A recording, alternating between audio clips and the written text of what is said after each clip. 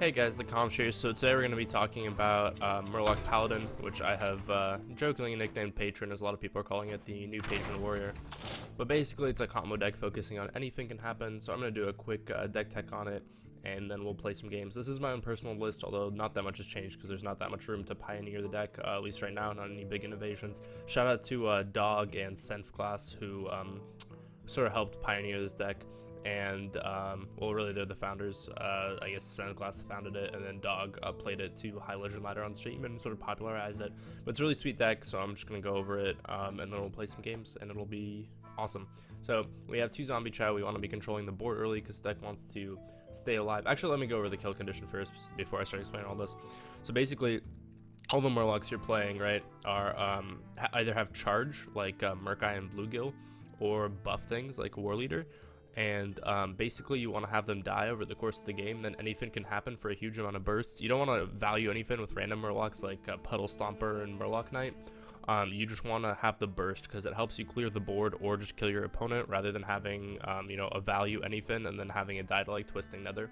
So we're playing all these Murlocs that have charge, and you can anyfin for huge amounts of damage. You guys will see once we start playing games, or just to clear your opponent's board defensively. The first one you can use a lot more lightly because you have the second one, and the second one brings back double the amount the first one did, at least, because the first one the Murlocs will die to. So let's go over how we go about actually comboing off. We have 2 zombie chow because we want to shore up the board. It's also fine against control decks because it provides an early threat they have to deal with, so they might overextend their resources. But the main idea here is that it's really good against aggressive decks because it holds the board. We have 2 equality because it clears the board fully in conjunction with Wild Pyro or Consecrate.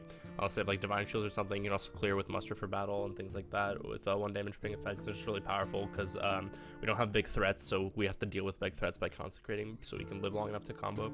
We have 2 Bluegill. We talked about them. You can also play them on curve just to charge things. It's good with chow because you can like kill a Darnassus Aspirant when they weren't expecting it. Like without coin, you can chow Bluegill and they'll be like, oh, they don't have coin for Muster. Our Darnassus is safe, but you can Bluegill them and really get them, you know. You have 2 Shield the Minibot. Again, shores up the board, same idea as Zombie Chow, survives board wipes, that sort of thing.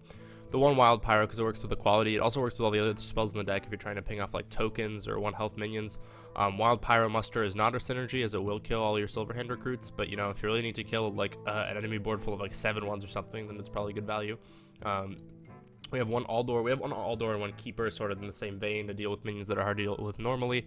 Keeper, you want to use more on things like Ysera that have an effect because you want to kill their health. Keeper can also be used to buff your own minions, but you normally won't do that. And then Aldor, you want to use more on things like static things like Dr. Boom because it doesn't have an effect, so keeping it at 1/7 is fine. Keep in mind both of these are silenceable. Although if they silence their Ysera, like they won't get the dream card, but the Aldor is very silenceable, so you shouldn't rely too heavily on them not having the damage if they play silences in their deck. We have 2 Murloc War Leader. Again, we talked about this part of the combo. It's just gonna be a 3 mana 3/3 a lot of the time, although for 5 mana you can like play a 4/2 charger, trade with their 4 or 5 drop or something like that. 1 True Silver. We don't really have room for 2, but it's good because it can help push damage if we're really close to lethal with an exact anyfin number, or it just serves to clear the board and help us protect the board, and also heals us for 2 every time, which is nice. 2 Consecrate, just great AoE spell, also works well with Wild Pyro. Well, yeah, it does work well with Wild Pyro because 3 damage clear, works well with the Azure Drake because 3 damage clear, and works really well with equality.